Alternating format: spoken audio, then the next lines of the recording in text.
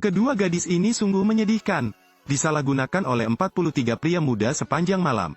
Mereka bahkan mengeluarkan ponselnya untuk merekam prosesnya. Film ini diadaptasi dari kisah nyata. Hanya saja di luarnya lebih menakutkan daripada di film. Nama gadis itu adalah Han Gongju, siswi berusia 17 tahun. Dia optimis dan bersemangat, berharap untuk menjadi penyanyi. Orang tuanya bercerai, Gongju tinggal bersama ayahnya. Latar belakang keluarga juga tidak baik. Apalagi ayah saya seorang pecandu alkohol dan tidak peduli dengan anak-anaknya. Ibu juga menikah lagi dan tidak mau merawatnya lagi. Dia harus menyewa kamar dengan temannya Hua Oke. Jika Anda punya waktu, pergilah bekerja. Putra pemilik toko bernama Dong Yun. Gongju diam-diam menyukainya, tapi Dong Yun adalah pacar Hua Oke. Bagian emosional menjadi rahasia Gongju. Kepribadian Dong Yun terlalu lemah. Sering diintimidasi oleh orang lain. Hua Oke melihat pacarnya sering dibully. Jadi saya ingin meningkatkan hubungan antara saya dan teman-teman saya. Karena kami tidak membiarkan mereka menindas Dong Yun. Hua Oke mengundang mereka untuk minum.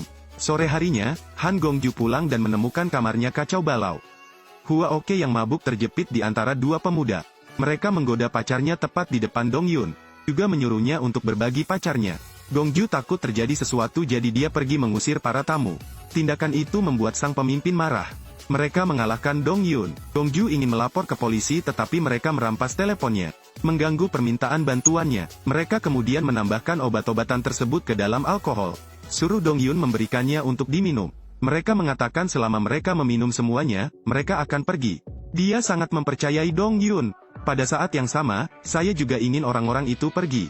Gongju mengambilnya dan meminum semuanya. Dua gadis itu dibius dan diseret. Mereka dianiaya oleh para pemuda. Hewan-hewan itu memasang topi di kepala mereka dan terus bergantian. Kemudian gunakan ponsel Anda untuk memfilmkan seluruh proses.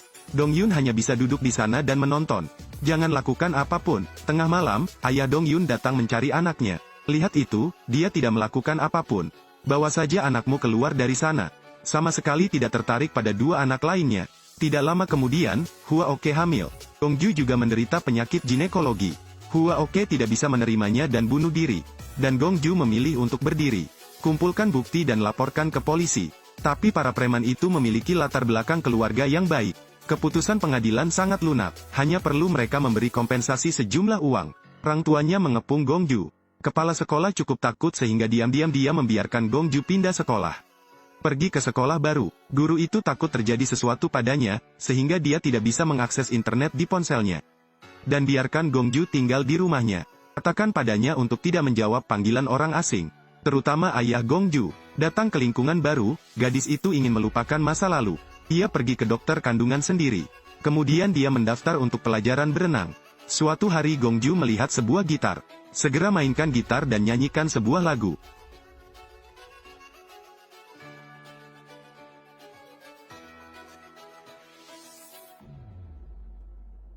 Kebetulan saja dilihat oleh Eng Hee. Mereka memiliki minat musik yang sama. Segera Gongju dan Eng Hee sedang bermain bersama. Gongju dengan percaya diri merekam video untuk wawancara dengan perusahaan musik. Malam ini, ayah Gongju datang mencarinya. Jangan pedulikan kondisi anak Anda.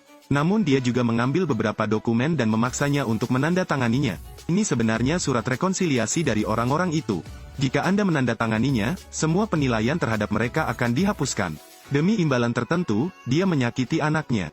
Jangan biarkan Gongju mengetahui isi dokumen tersebut, lalu menipu dia untuk menandatanganinya. Tanpa diduga, putri saya dianiaya oleh seseorang. Tapi bapak ini menginginkan uang ganti rugi. Menipu putri Anda untuk menandatangani formulir rekonsiliasi. Gongju tidak tahu apa-apa. Orang tua dari keluarga yang namanya belum ditandatangani datang ke sekolah baru. Mereka dengan panik bergegas ke ruang kelas dan memintanya untuk menandatangani. Jika Gongju tidak menandatangani, dia memarahinya. Semua orang bergegas maju seperti harimau lapar. Mereka juga mengatakan bahwa Gongju menyalahkan putra mereka atas uang. Rumor palsu menyebar dengan sangat cepat. Kepala sekolah takut terlibat sehingga dia mengeluarkan Gongju. Setelah Gongju mendapat uang, dia mulai bermain-main. Ibunya juga memutuskan kontak dengannya. Gongju menarik kopernya lagi. Di kereta, Gongju mengetahui bahwa dia telah diterima di sebuah perusahaan musik. Saya harap Anda bisa pergi ke casting. Dia menelepon Eng Hee, tapi dia membaca rumor online. Eng Hee tidak tahu harus berbuat apa. Jeritan terakhir kehidupan akhirnya berakhir. Dia berjalan sendirian ke jembatan. Lompat ke bawah seperti temanmu. Hasil ceritanya kira-kira seperti ini. Dia segera berniat untuk bunuh diri. Namun masih ada sedikit harapan untuk hidup. Dia mengambil pelajaran berenang agar tidak menyesal di kemudian hari. Namun serangan itu membuatnya kehilangan harapan itu. Film ini diadaptasi dari kisah nyata, berlangsung di sekolah menengah Korea. Waktunya terjadi pada tahun 2004. 3 siswa perempuan dianiaya dan dianiaya oleh lebih dari selusin siswa laki-laki. Salah satu dari 3 siswi meminum racun dan bunuh diri.